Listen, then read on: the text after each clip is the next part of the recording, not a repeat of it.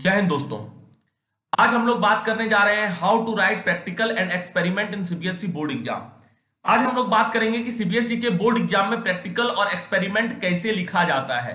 तो देखिए, अगर आपके 20 नंबर का प्रैक्टिकल होता है और उस 20 नंबर के प्रैक्टिकल में बहुत बड़ा योगदान होता है आपके प्रैक्टिकल और एक्सपेरिमेंट जो आप कॉपी में लिखकर जमा करते हैं, उससे आपको मार्क्स मिलते हैं।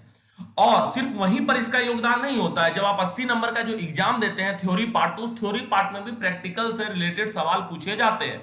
तो इस ख्याल से आपका प्रैक्टिकल और आपका एक्सपेरिमेंट बहुत ही महत्वपूर्ण है। कई बार प्रीवियस ईयर में सीधा एक्सपेरिमेंट लिखने दे दिया गया। क्लास 10 के स्टूडेंट से बहुत बार सीधा पूछ दिया गया, right the experiment of Ohm's law, Ohm's law का एक्सपेरिमेंट लिखिए। तो सीधा सीधा सवाल भी पूछा जाता है और बहुत बार हल्का घुमा के भी सवाल पूछा जाता है। तो प्रैक्टिकल और एक्सपेरिमेंट आपके बोर्ड एग्जाम के 80 नंबर थ्योरी पार्ट और प्रैक्टिकल पार्ट दोनों के लिए महत्वपूर्ण होता है।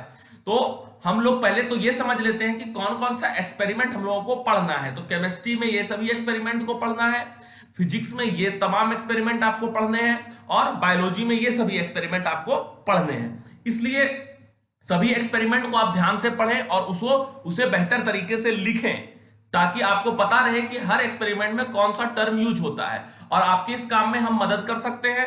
हम इसी चैनल पर हर एक्सपेरिमेंट से रिलेटेड वीडियो लगाते रहेंगे और हर अपडेट आपको लगातार हम इस एक्सपेरिमेंट से जुड़ा देते रहेंगे। अगर आपको एक्सपेरिमेंट से जुड़ा अपडेट चाहिए तो आप जरूर हमारे चैनल को सब्सक्राइब कर लें और बेल आइकन दबा दें, जिससे कि आपको हर अपडेट मिलती रहे। तो चलिए हम लोग आते हैं बिना समय बर्बाद किए अपने विषय वस्तु पर, जिस पर हम लोग आज बात करना शुरू किए हैं कि हम लोग एक्सपेरिमेंट को कैसे लिखेंगे।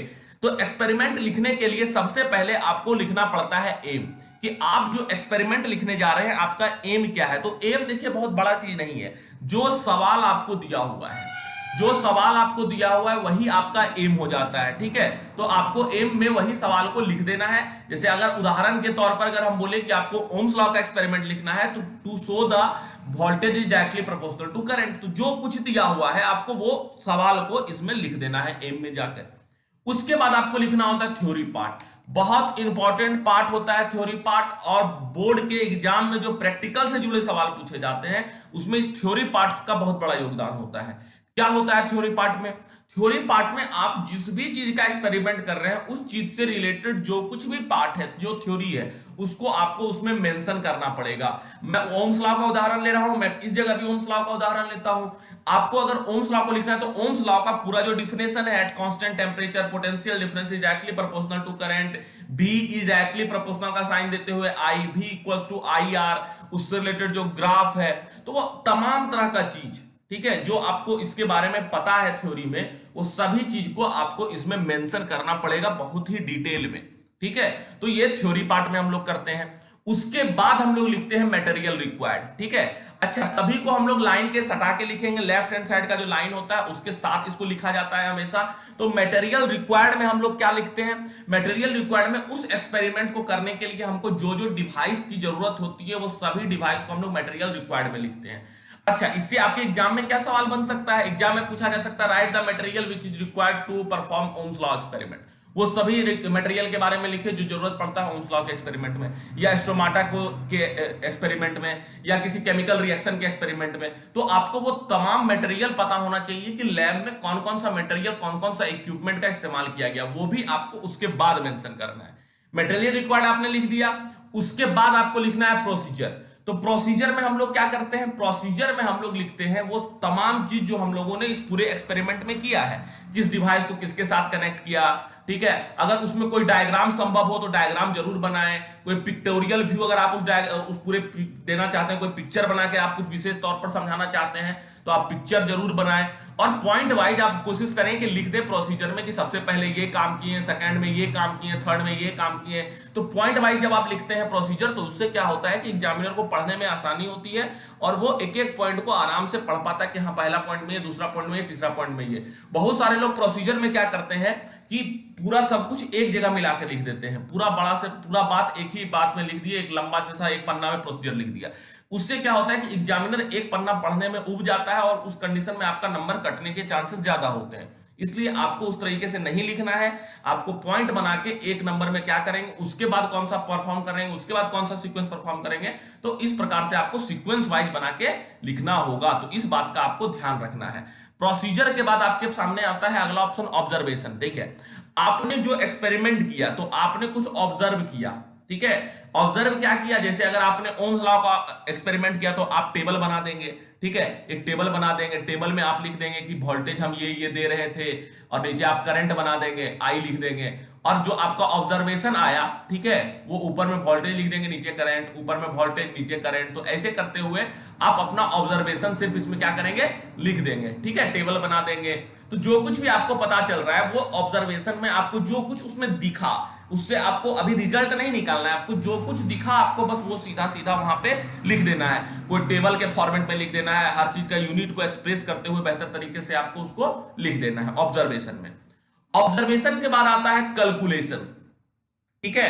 तो जब आप अगर आपका वैसा एक्सपेरिमेंट है जिसमें कि कैलकुलेशन होता है, देखिए जनरली फिजिक्स के एक्सपेरिमेंट में कैलकुलेशन होता है। अब स्टोमाटा वाला अगर आप प्रैक्टिकल कर रहे हैं या केमिस्ट्री का कोई ऐसा प्रैक्टिकल कर रहे हैं जिसमें कि कैलकुलेशन नहीं होता है, तो इस पार्ट को आप वहां से डिलीट कर देंगे, आप कैलकुलेशन को नहीं लिखेंगे। लेकिन अगर आप फिजिक्स में ओम्स लॉ, रेसिस्टेंस या फिर कॉनकेव मिरर, कॉन्वेक्स मिरर ऐसा कोई कर रहे हैं एक्सपेरिमेंट, तो आपको जो है जरूरत पड़ेगा कैलकुलेशन करने का, क्योंकि आपको वहां फॉर्मूला का इस्तेमाल करना होगा। लेकिन जब आप बायोलॉजी का आप कर रहे होंगे, कार्बन डाइऑक्साइड वाला टेस्ट कर रहे होंगे, तो ये सब जगह पर आपको कैलकुलेशन का जरूरत नहीं पड़ता है, तो वहां पर आप कैलकुलेशन पार्ट को नहीं लिखेंगे। लेकिन जब पड़ेगा तो आप लिखेंगे, और क्या लिखेंगे, आप कैलकुलेशन करेंगे। जैसे ओम्स लॉ है तो आप रेजिस्टेंस फाइंड करेंगे V और I की मदद से, ठीक है, आप ग्राफ बना देंगे उससे रिलेटेड, ठीक है। तो इससे क्या होगा, जो भी फॉर्मूला है उसका जिक्र आप जरूर करेंगे कैलकुलेशन में, ताकि एग्जामिनर को पता चले कि आप कैलकुलेट क्या कर रहे हैं, ठीक है।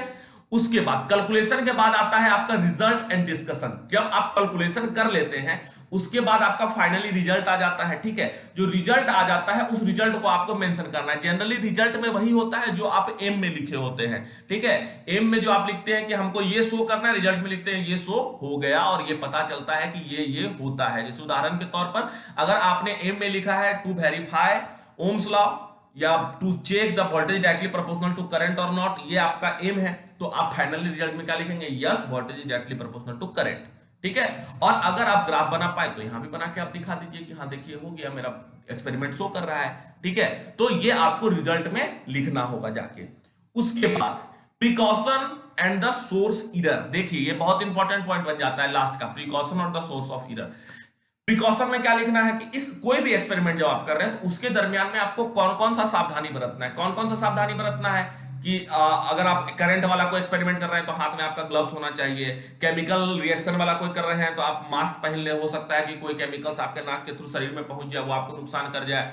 अच्छा, केमिकल लैब में भी आप ग्लव्स का इस्तेमाल करें, कोई केमिस्ट्री से रिलेटेड एक्सपेरिमेंट है, ताकि कोई केमिकल हाथ पर ना गिर जाए, ठीक है। अच्छा, कोई हर डिवाइस को प्रॉपर तरीका से कनेक्ट करें अगर इलेक्ट्रिसिटी में है तो, ठीक है, कि कहीं ऐसा ना हो कि शॉर्ट सर्किट हो जाए। तो इस प्रकार से हर का एक प्रिकॉशन हम लोग लेते हैं। अच्छा, डिवाइस रिलेटेड प्रिकॉशन क्या होता है, सोर्स ऑफ एरर का मतलब क्या है कि आप जो डिवाइस ले रहे हैं वो डिवाइस करेक्ट है कि नहीं। अब डिवाइस ही आप गड़बड़ ले लीजिएगा तो जो आप एक्सपेरिमेंट कीजिएगा, जो आपका रिजल्ट आएगा वो तो साधारण सी बात है कि गड़बड़ होना है, ठीक है। तो आपको उस चीज का भी ध्यान रखना है कि जो आपने डिवाइस लिया उसमें कोई एरर तो नहीं है, कोई गड़बड़ी तो नहीं है। अगर है तो आप उसको भी इसमें मेंशन करेंगे, और किस किस प्रकार का आप प्रिकॉशन लेंगे, कौन कौन सा चीज चेक करेंगे, वो सभी चीज इस precaution and the source of error वाले पार्ट में आपको लिखना होगा, ठीक है।